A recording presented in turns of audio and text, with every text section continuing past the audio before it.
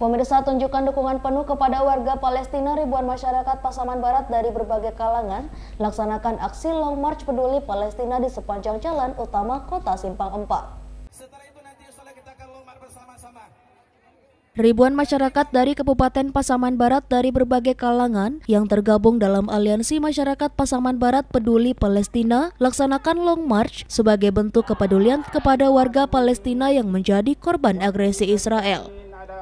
Sebelum pelaksanaan aksi Long March di sepanjang jalan protokol Kabupaten Pasaman Barat, warga yang datang dari berbagai kecamatan juga melaksanakan sholat subuh, sholat gaib, dan doa bersama di halaman Masjid Agung Kabupaten Pasaman Barat.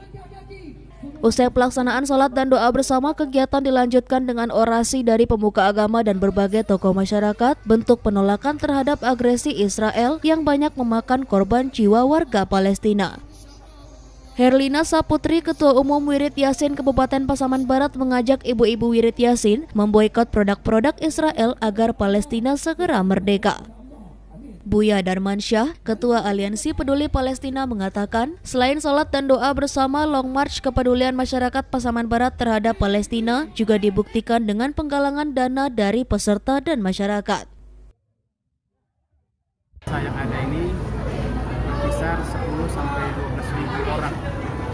Mudah-mudahan kita bayangkan tadi kirakan 5.000 orang saja, sekarang menjadi 10.000 menurut estimasi atau perkirakan seperti itu.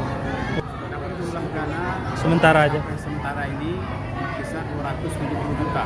Namun masih tetap berdatangan, sampai masih ada di saku saya sampai sekarang ini, masih dititipkan tadi dari beberapa pesantren. Kita lakukan upaya yang mampu kita lakukan.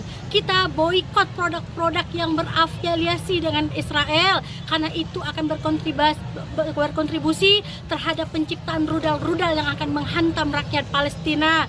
Mari kita gunakan medsos kita, bukan hanya untuk kegiatan aktivitas pribadi, kita share berita-berita tentang Palestina. Dari Pasaman, Sumatera Barat, Arya Hanas, iNews melaporkan.